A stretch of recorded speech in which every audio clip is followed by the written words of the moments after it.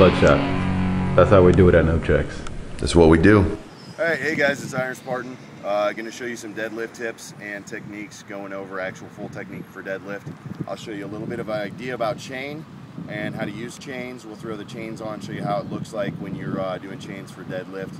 And then the next video we'll get into probably squats or bench, but for today, just deadlift. Alright, so I got my buddy Adam here. He's going to show you deadlift form. Watch what he does is he'll get down, you grab the bar, alternating grip, that's your better grip. It'll keep you stronger as far as grip strength, so you don't have to use wrist straps. You can throw some chalk on your hands, but ultimately you want to get your grip strong for deadlifts.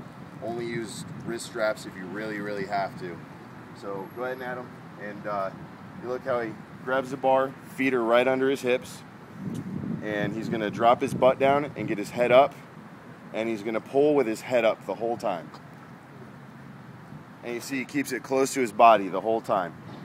And when he finishes, the bar's here, shoulders are back, hips are forward, his knees are locked, head is still up. And what you want to do is, if you look at his head, when you're pulling back, you keep your head almost like you got a hat on backwards and you're trying to push the bill straight back. That's going to keep your spine nice and locked, keep the muscle holding the weight as opposed to your spinal column. Go ahead and go back down, Adam. You don't need to lower the weight. It's pretty stressful on your back. Just control it as you drop it, then reset and pull again. But that's pretty much it. So let's go ahead and go through a few reps, Adam. Make sure you show them how you get your butt down every time and reset every time, as opposed to just bouncing off the ground and using all back.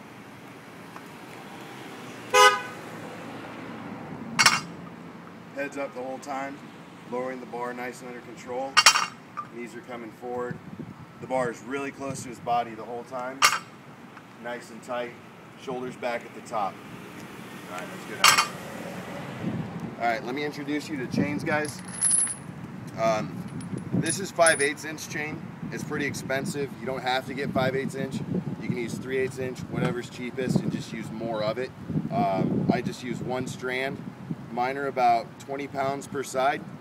And what I did, a lot of guys use a smaller rope. I just use, or a smaller chain. I use 3/8 inch rope, fully extended. This is how I'll use it squatting, but I like to double it up for deadlifts.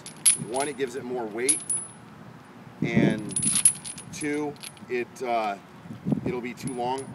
I won't get much weight off like this, so it'll be doubled up. What I do is loop this over, put it through the last link, and then I'll stick this on the bar.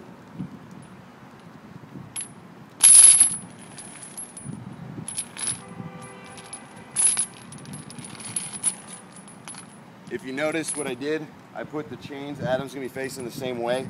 The chains are to the back. You don't want the chains in front, because if you deadlift and the chains are starting in the front, it'll pull you forward, it'll pull you off balance.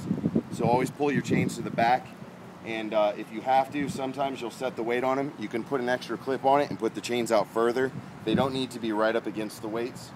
But as long as you come under controlled, that's fine. That's a good setup right there. And Adam, go ahead and do a couple of slow reps.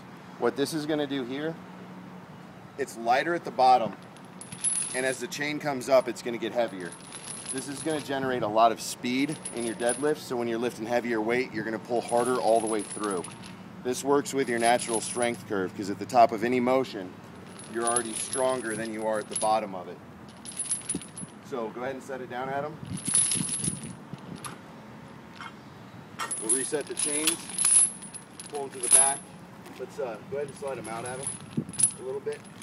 We're gonna set them down. And we use this on speed days. You're gonna lower your reps. You don't use your full max weight.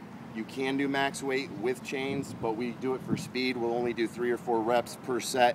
We'll do a few extra sets since we're doing low reps. And you want to pull as fast as you can all the way through. Since you got the added weight at the top, it's going to keep you from overextending your hips, your knees, your elbows. It'll slow you down a little bit, so you want to fire through. That way when you get back to straight bar weight, what it's going to do is, like I said, it's going to fire faster with the regular bar weight, because your body's going to get used to having to pull harder with the extra weight from the chains. So let's go ahead and do 3 reps, Adam. Do it like when we do speed.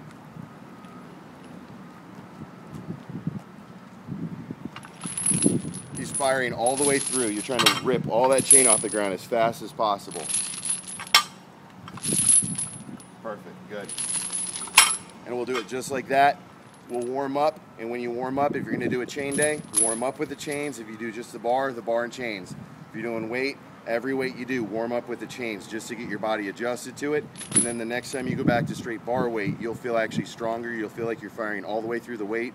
For you bodybuilders out there, it's a great way to get an awesome pump because you're gonna work all the way through the motion as opposed to momentum carrying the bar the last part of the rep on either deadlift, squats, bench. There's a lot of things. We've used them on bicep curls. So the first few videos we'll go through after deadlift, we'll do the main lifts, and then I'll show you a few extra things you can do with chains, and we'll eventually get into how to use bands and stuff like that for the same idea.